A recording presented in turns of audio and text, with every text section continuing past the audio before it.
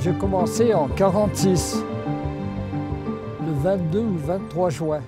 Quand le département a décidé de construire le téléski de Courcheul 1500 à 1850, eh ben, on a d'abord dégagé la piste de 1500 à 1800, la piste pour le téléski. Hein.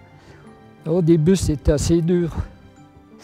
Et on a tout cassé les cailloux. Tout à la main.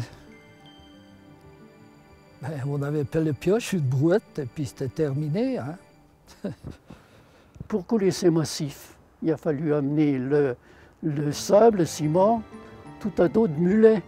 On a construit les fondations, on a construit les pylônes. Et ces pylônes, on les a tous dressés comme ça à la main, hein, et c'était en bois. Et ensuite, on a fait les téléskis de la Lose, et ensuite le Biolay. Et j'ai commencé par être perchman au Biolay.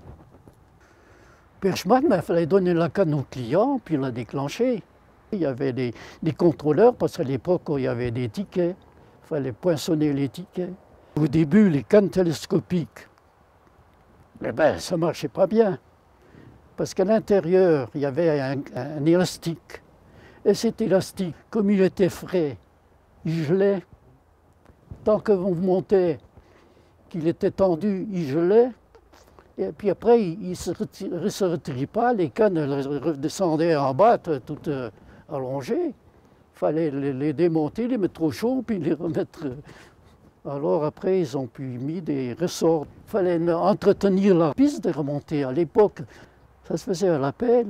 Et quand c'est venu Émile Allais, un jour, il est venu me voir, puis il m'a dit « Mais tu ne peux pas construire quelque chose pour raboter la piste de montée. » Alors j'ai dit « Bon, bah, je veux bien essayer. » J'ai construit comme une varlope. J'avais pris un traîneau qui était déjà usagé et j'avais mis une lame en travers dessous. On montait par le téléski, ça rabotait la piste. Alors à ce moment-là, ça coupait bien les bosses.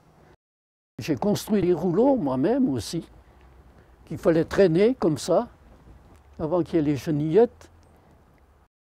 Il y avait déjà un télébène qui partait du Prat à 1800. Après, bon, il y en avait un autre qui partait vers la Croisette, qui allait au départ du téléphérique.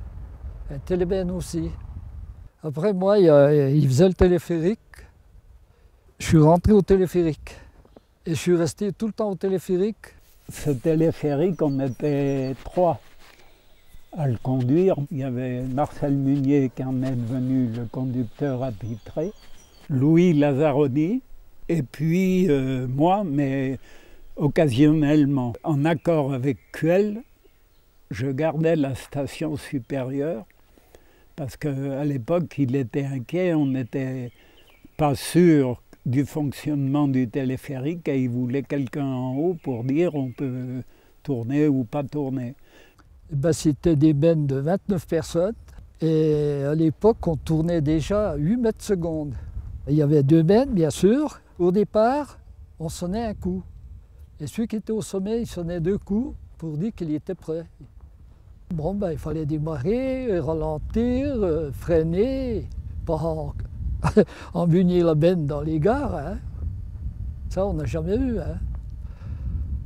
Parce qu'au début, ils appellent ça la pédale de mort. Si on a un malaise, il faut quand même que le téléphérique s'arrête. Alors on avait le pied appuyé sur une pédale. C'était une sécurité.